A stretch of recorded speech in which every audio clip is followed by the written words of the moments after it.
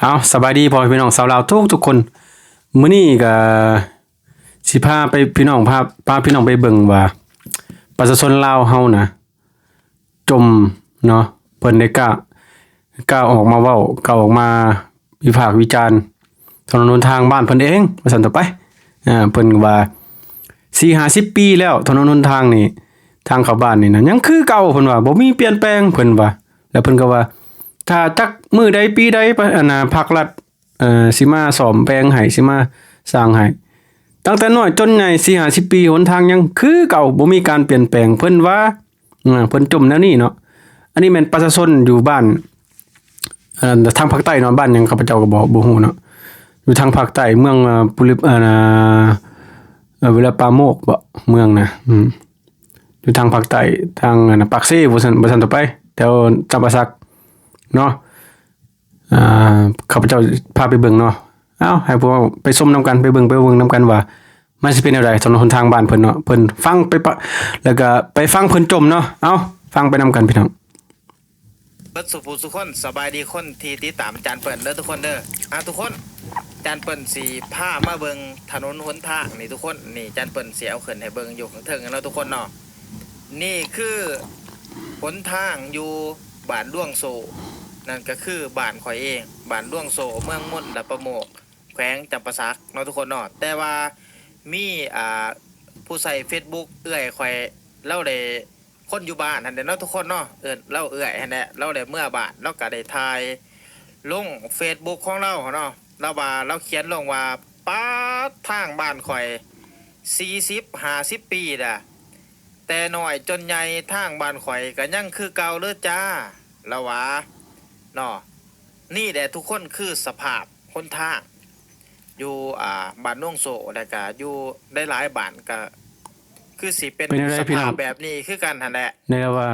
าสิชมคลิปของเพิ่นเนาะเป็นจังได๋แต่ข่อยยังน้อยจนใหญ่จังซี่แหละประเทศลาวบ่เจริญจักเทื่อหลายปีแล้วกับเมื่อยามฝนยามหยังนี่เป็นยังเห็นสภาพสบายดีคนที่ติดตามจานเปิ่นเด้อทุกคนเด้อทุกคนจานเปิ่นสิพามาเบิ่งถนนหนทางนี่ทุกคนนี่จานเปิ่นสิเอาขึ้นให้เบิ่งอยู่ข้างเทิงกันแล้วทุกคนเนาะนี่คือหนทางอยู่บ้านด้วงโซ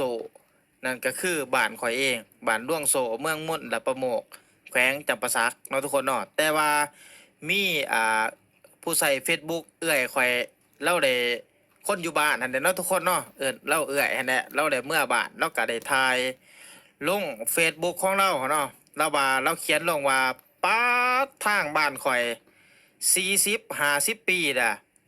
แต่น้อยจนใหญ่ทางบ้านข่อยก็ยังคือเก่าเลยจ้าละว่าเนาะนี่แหละทุกคนคือสภาพคนทางอยู่บ้านน่วงโซแล้วก็อยู่ได้หลายบ้านก็คือสิเป็นสภาพแบบนี้คือกันหั่นแหละแต่ว่าขนาดแต่ข่อยยังน้อยจนใหญ่บ่ทันได้เมื่อบ้านหลายปีแล้วกลับเมื่อยามฝนยามหยังนี่ก็ยังเห็นสภาพจังซี่คือเก่าคือกันได้ทุกคนแบบว่าบ่เปลี่ยนแปลงยามแล้งก็ไงยามฝนก็เป็นขี้ต้มน้ำเจืองอยู่รถไปมาหาสู่กันก็ยากคันแน่เนาะทุกคนเนาะปู้คันสิเว้าแหละมันก็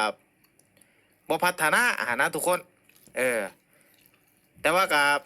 เฮาก็บ่ฮู้จักนำเพิ่นดอกว่าเพิ่นสิเฮ็ดให้มันดีๆปีใดเนาะทุกคนเนาะแต่ว่าปีใดก็เห็นสภาพเดิมปีใดก็เห็นสภาพเดิมยามแล้งก็มาหลุดมาเกตบัดนี้ยามฝนน่ะก็คือเก่าฝนตกแห้งก็รถไปมารถอีแตนไปก็ลมก็นี่คือเก่าเนาะทุกคนเนาะ